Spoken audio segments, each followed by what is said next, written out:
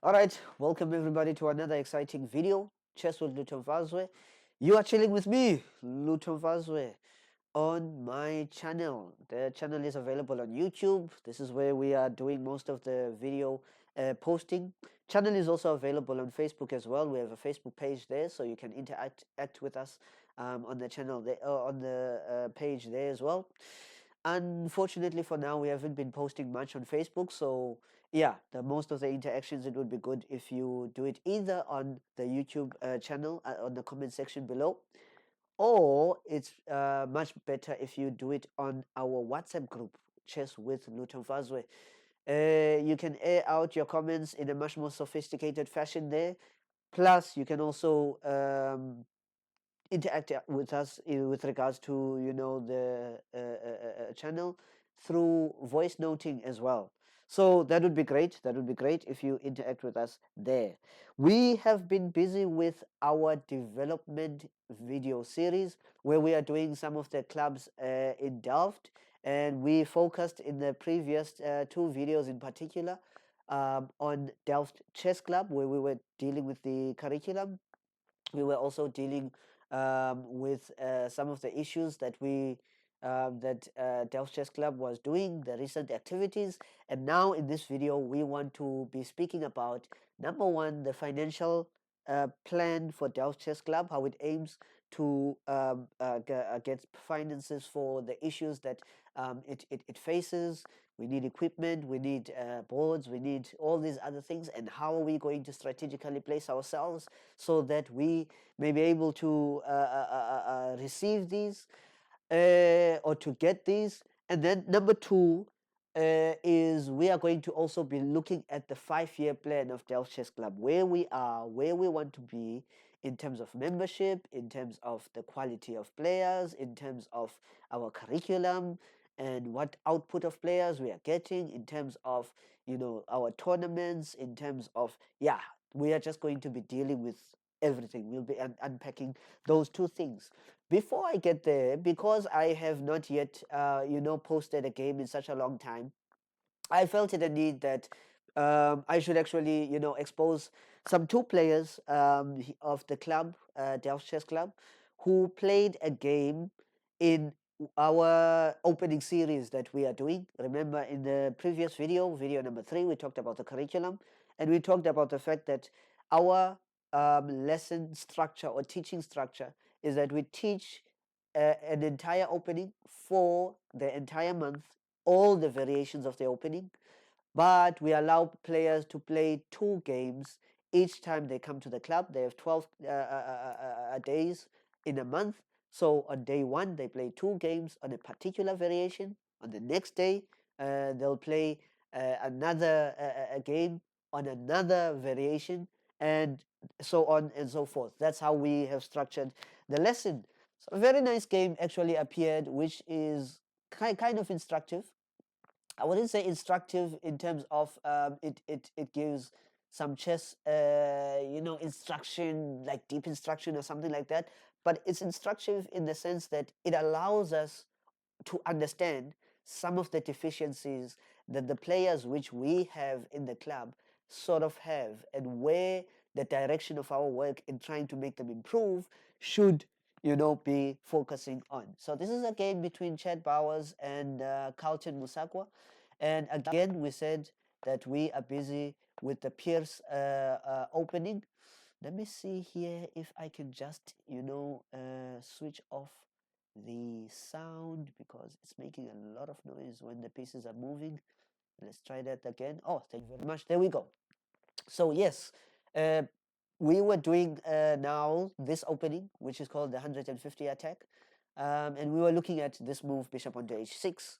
When it's played very early, bishop takes h6, I believe is forced, and queen takes on h6. Of course, you don't want to castle in this position, because h4 and that attack sort of develops. And queen onto a5 is a move.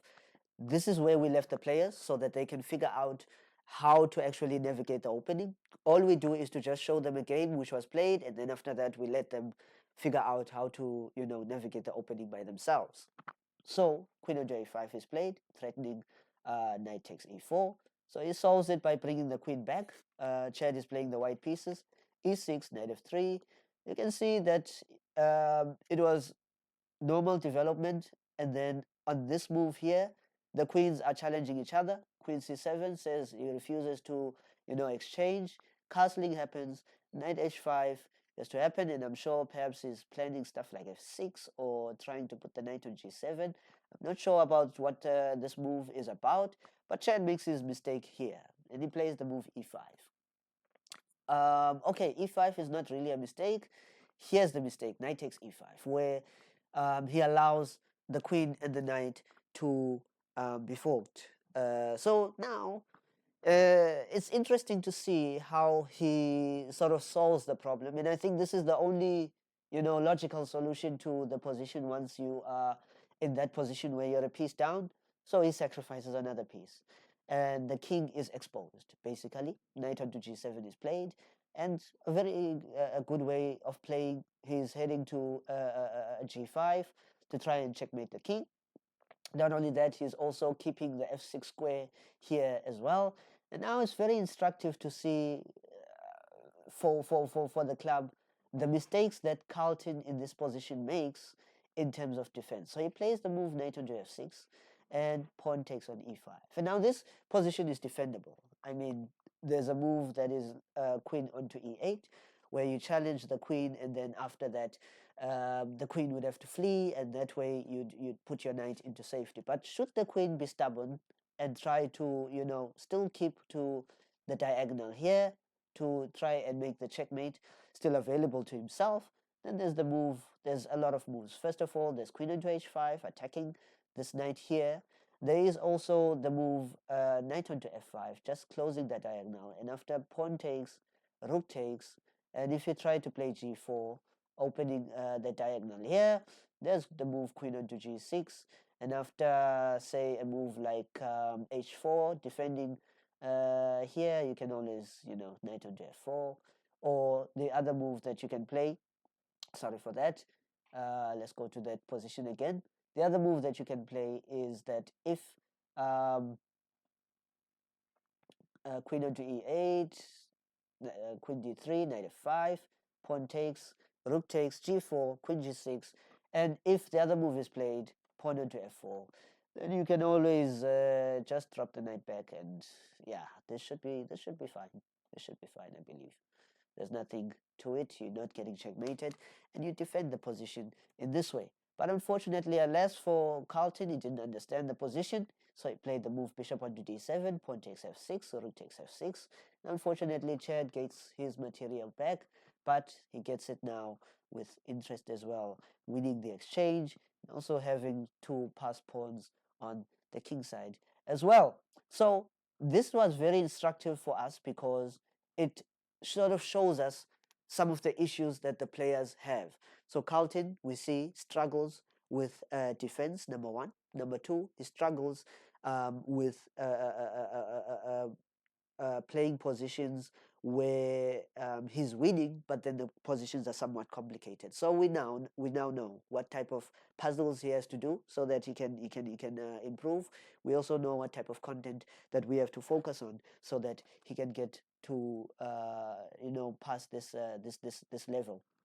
So that was just a brief showcase of what this curricular model is actually doing, and how we can actually understand some of the issues that the players are facing, and how we can also overcome them as well. So yeah, let's pass through that and let us go into the 5-year plan and the snippet of how Delft Chess Club actually wishes to, improve. So first of all, some issue that I wanted to address is the reason why we have a 5-year plan, by the way, is because it's important, number one, for direction, and number two, it allows the club to know where it's going and whether it is achieving in this direction or not. And why a 5-year strategy as well? We believe that we have been called for more than just attending tournaments and supporting a handful of kids. Point number one. And number two, we have been called to impact the community through chess, to make chess richly available in the community. We have been called to work with a most delicate object, the mind of the young. So for us, as much as chess is an end in itself for some people, but chess is both an end and a means to us, because yeah, chess is something that has to transcend just merely the playing of the game. It has to also bring skill sets and behaviors, and also develop the mind of the young so that they can engage themselves in things that are much more important as they grow up as well, to see life beyond the community that they are living in. So here is the 5-year plan breakdown. On the screen, you are seeing year number one, and you are seeing year number two as well. In year one, what we want to do is to organize rated tournaments monthly. Point number one. Uh, Number two is to get to 100-player membership for the club. Currently, as we said previously, we are on a kind of plus minus 40-player membership, when we include also the 9 executive members, the 4 executive members, as well as the 5 players which are adults in the club. Number three, we want to network with organizations for funding. So we want to sort of do research with regards to which organizations might help us with funding. Number four, we want to engage 5 local areas to participate in the program. In other words, to the tournaments that we are hosting, we want like the local areas, say your Crossroads, Kayelicha, Guguletu, Nyanga, these local areas, Elsis River, which are close in terms of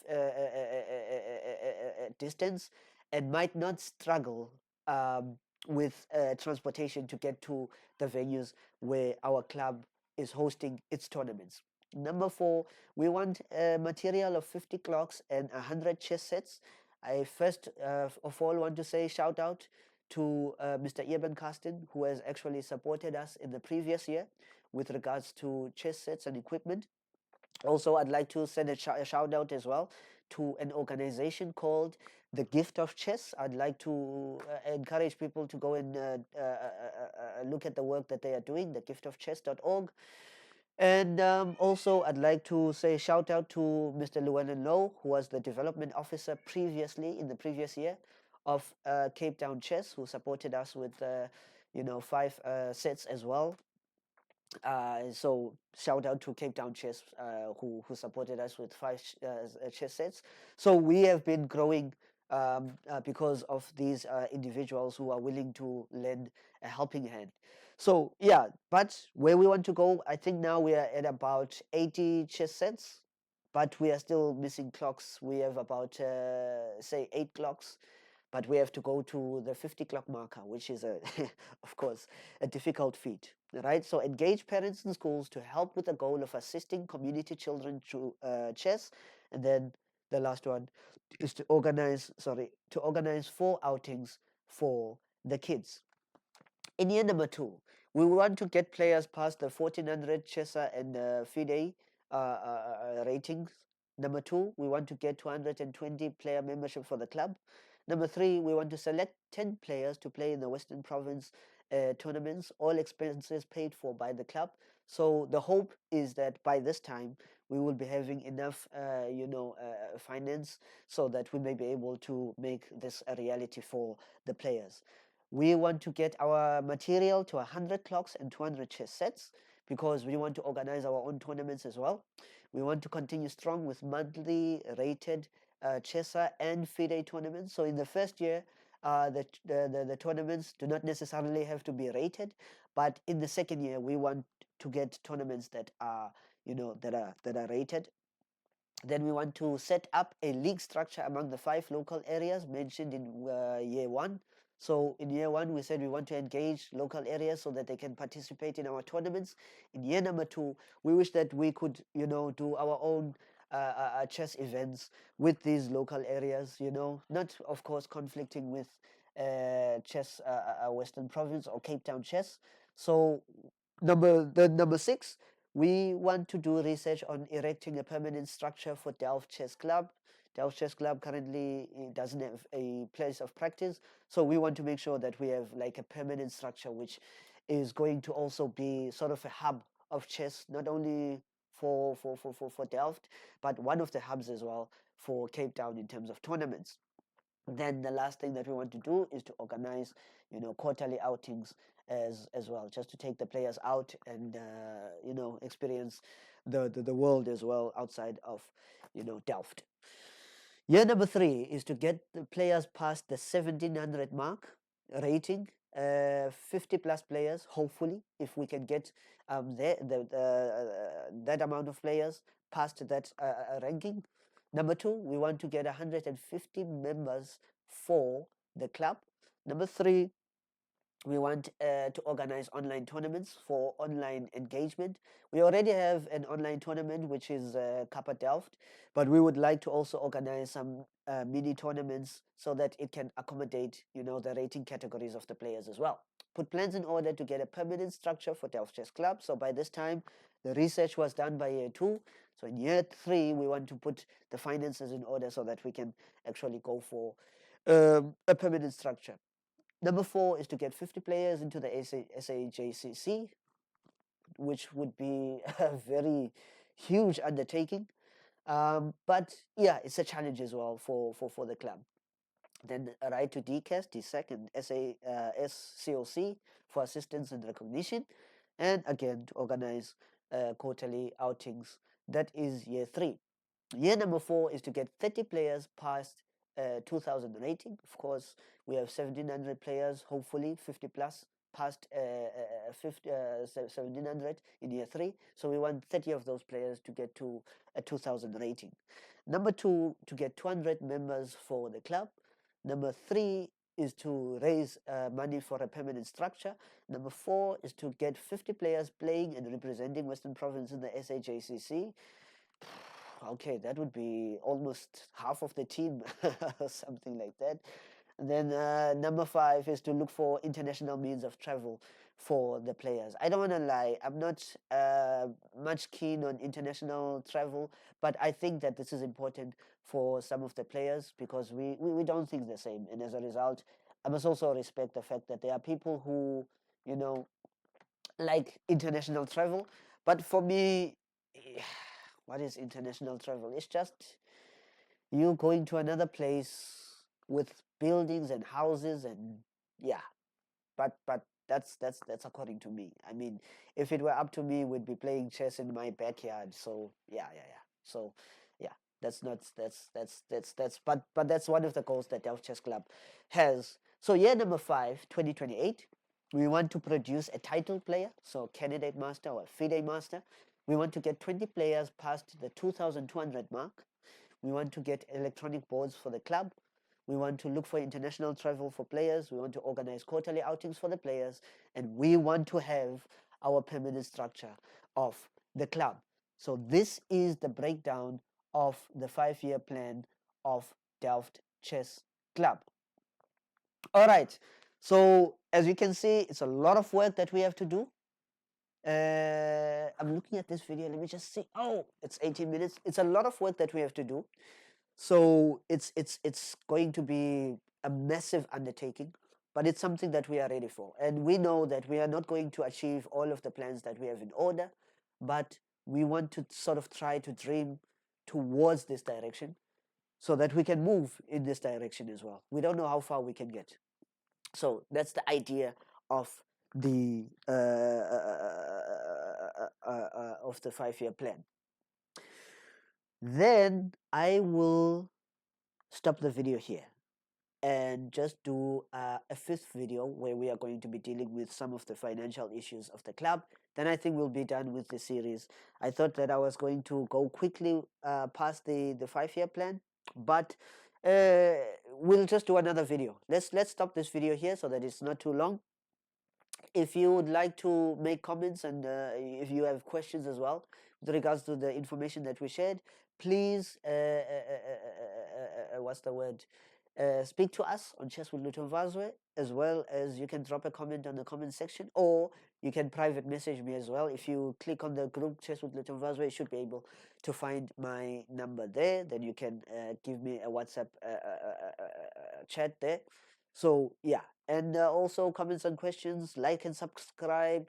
Yeah, the whole enchilada. Please support the channel as well. Share with people who might, be interested in club development. And if there are people who would like to, support, to lend a hand, please watch out for the next video. We'll be talking about the finances and also introducing some of the platforms that we are trying to get some finances for the work that we are doing. We'd be happy if you can contact us there. Let me stop the video here. It has been exciting, and I will check you guys out on the next video. This is Chess with Luton Vazwe. My take, my thought, my interpretation with the game of chess and everything in between. Signing out. Peace.